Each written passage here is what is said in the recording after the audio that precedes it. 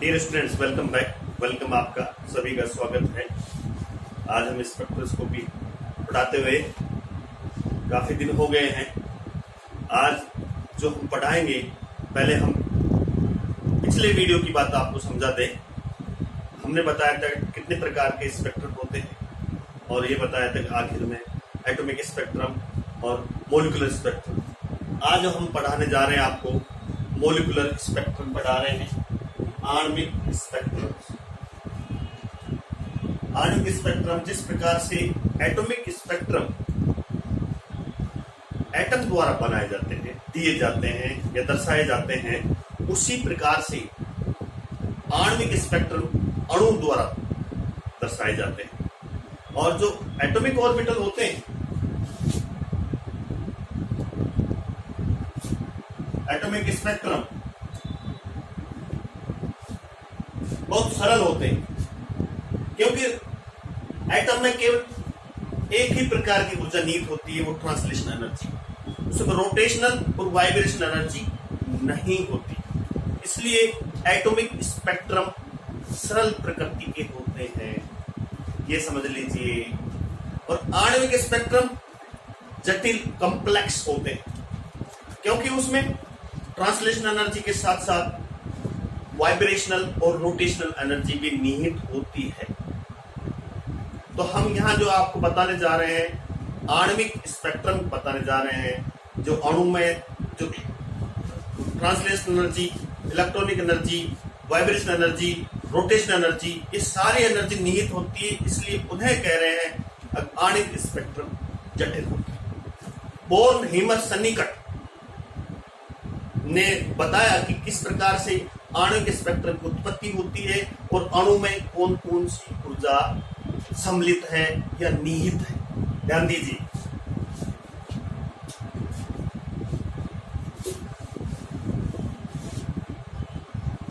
Born हीमर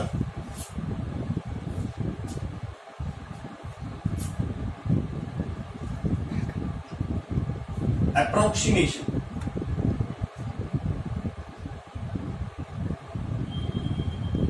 born हीमर सन्निकट है, क्या कहता है, अणु में कितने प्रकार की ऊर्जा होती है और एक आणविक स्पेक्ट्रम की उत्पत्ति कैसी होती है, ये सब बातें के लिए बोर्न हीमर समीकरण का ध्यान देना होगा। इन्होंने एक समीकरण दी। इस समीकरण के अनुसार अणु में कौन कौन सी ऊर्जा होती है, ध्यान दीजिए। ई ट्रांसलेशन, ई इलेक्ट्रॉनिक, ई वाइब्रेशनल और ई रोटेशनल। ये एक अणु में 4 प्रकार की ऊर्जा निहित होती है। इस पर मैं साफ साफ लिख रहा हूं। ई ट्रांसलेशन का मतलब है स्थानांतरण ऊर्जा, स्थानांतरण ऊर्जा। ई इलेक्ट्रॉनिक,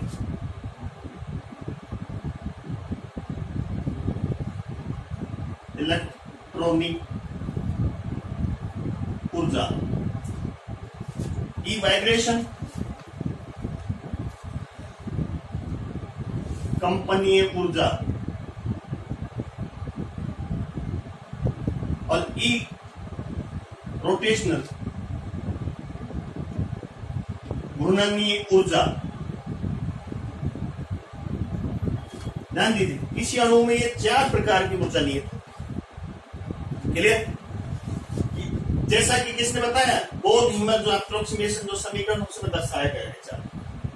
लेकिन स्पेक्ट्रोस्कोपी में बच्चों, हम जो ट्रांसलेशन एनर्जी होती है, स्थानांतरण ऊर्जा, क्योंकि क्वांटाइज नहीं होती, इसमें फोटॉन का अवशोषण नहीं होता, इसलिए हम ट्रांसलेशन एनर्जी को स्पेक्ट्रोस्कोपी में उपयोग में नहीं लेते हैं।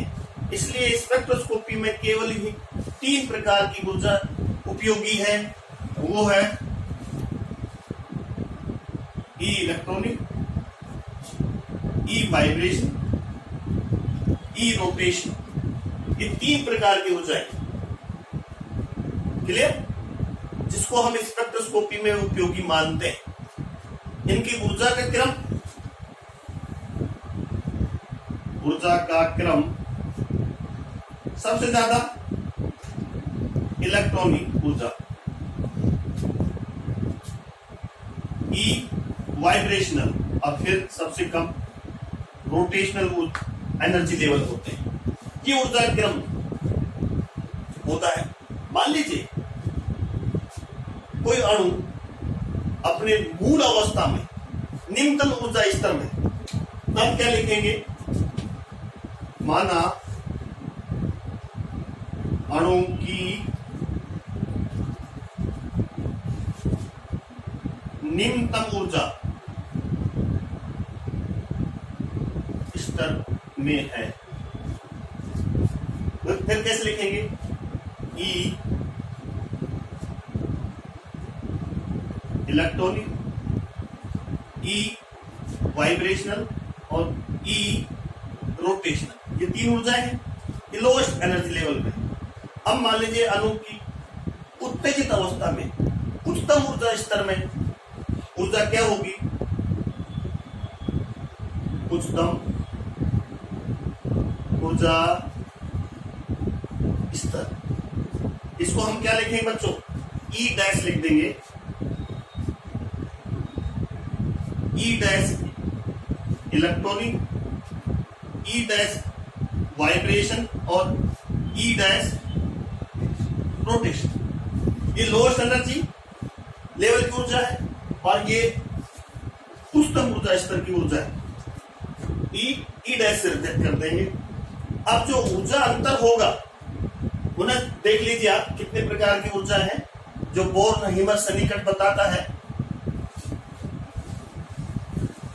अब मैं आपको, मान लीजिए ये लोएस्ट एनर्जी लेवल है और ये उच्चतम एनर्जी लेवल है, तब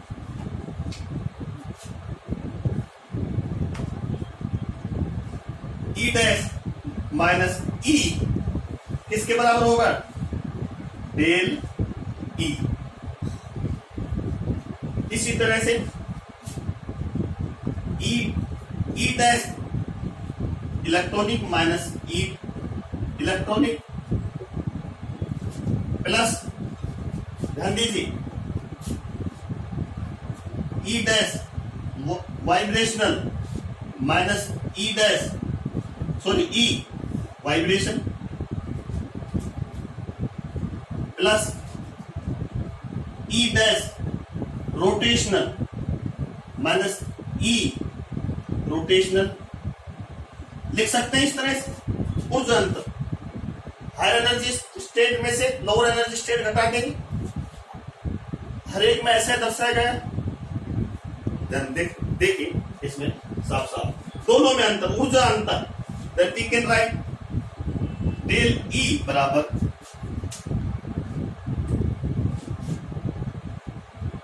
डेल ई इलेक्ट्रॉनिक ऊर्जा स्तर, डेल ई वाइब्रेशन ऊर्जा स्तर और डेल ई रोटेशनल ऊर्जा स्तर। क्लियर?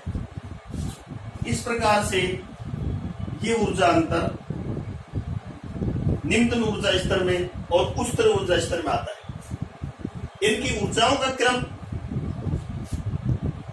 इनकी ऊर्जाओं का क्रम कैसे होता है? ध्यान दीजिए, बहुत सिंपल टॉपिक है बच्चों, घबराने वाली बात नहीं, धीरे धीरे पढ़ना है। स्पेक्ट्रोस्कोपी अच्छी तरह से समझ में आनी चाहिए आप सभी को।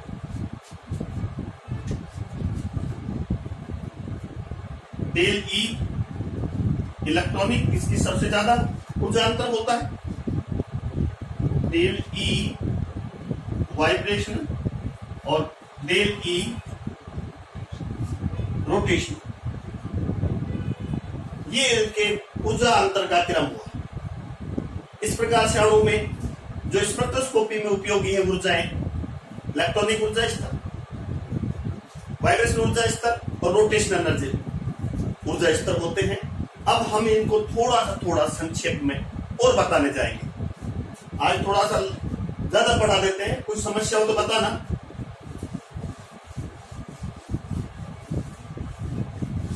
पहली ऊर्जा लेते हैं इलेक्ट्रॉनिक ऊर्जा स्तर।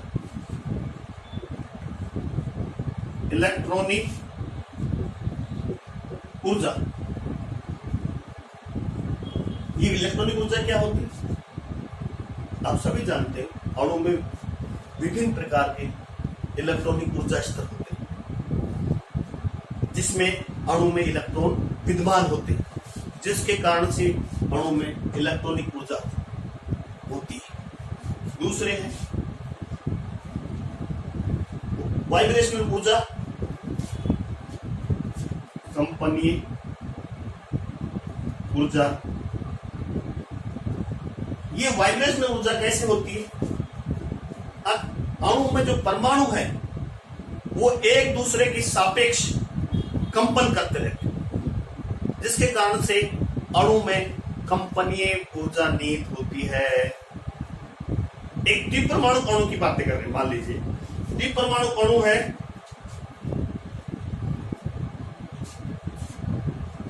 ये द्विपरमाणु अणु है। इसमें बच्चों ये दो परमाणु, एक एटम दूसरा एटम, ये एटम एक दूसरे के सापेक्ष क्या करते रहते हैं?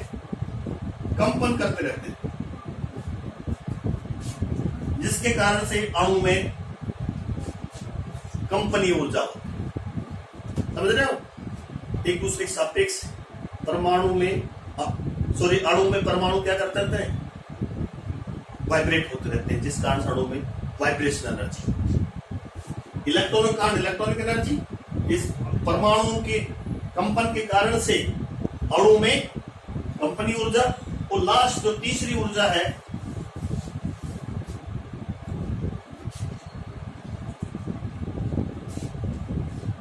घूर्णनीय ऊर्जा।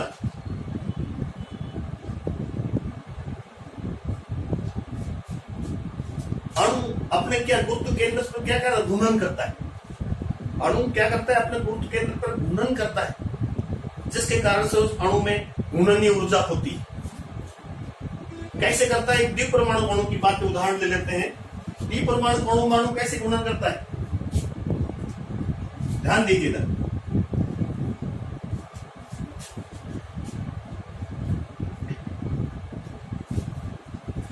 ये इसका गुरुत्व केंद्र है, इस तरह से अपने गुरुत्व केंद्र पर घूर्णन कर रहा है। दूसरे प्रकार से द्विपरमाणु अणु में कैसा होगा?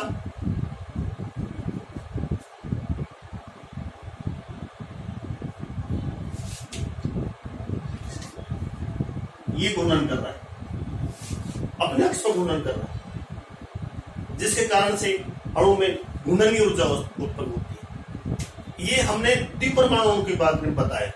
एक हम त्रिपरमाणु या बहुपरमाणु अणु के बारे में आपको डायग्राम समझाएंगे, किस प्रकार से अणु कंपन करते हैं, घूर्णन करते हैं। बहुपरमाणु अणु कह लीजिए, त्रिपरमाणु अणु में किस प्रकार से घूर्णन ऊर्जा निहित होती है।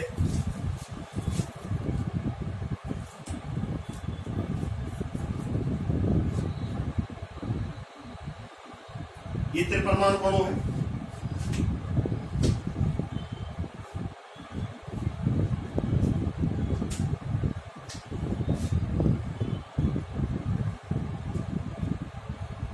ये अणु घूर्णन कर रहा है। दूसरा डायग्राम है,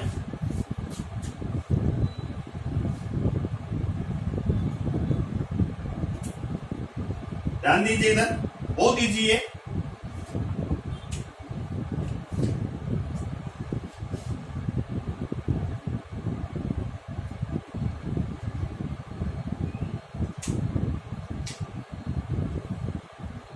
ये अणु इस पर घूर्णन कर रहा है, ध्यान दीजिए। दूसरा तीसरे प्रकार का है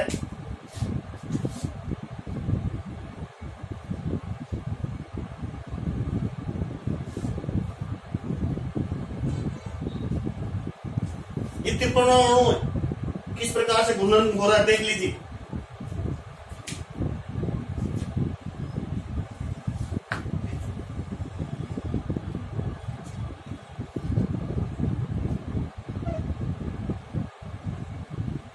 ये इस अक्ष पर घूर्णन कर रहा है, ये इस अक्ष पर घूर्णन कर रहा है और ये इस अक्ष पर घूर्णन कर रहा है, गुरुत्व केंद्र से। इस प्रकार से त्रिपरमाणु कणों में अणु किस प्रकार से घूर्णन करता है मैंने आपको समझाया। आणविक स्पेक्ट्रा क्या होते हैं और उसमें कितने प्रकार की ऊर्जा निहित होती है, जो बोर हिमस सन्निकटन मैंने आपको समझाया बच्चों। ये बहुत इंपॉर्टेंट, ये CSIR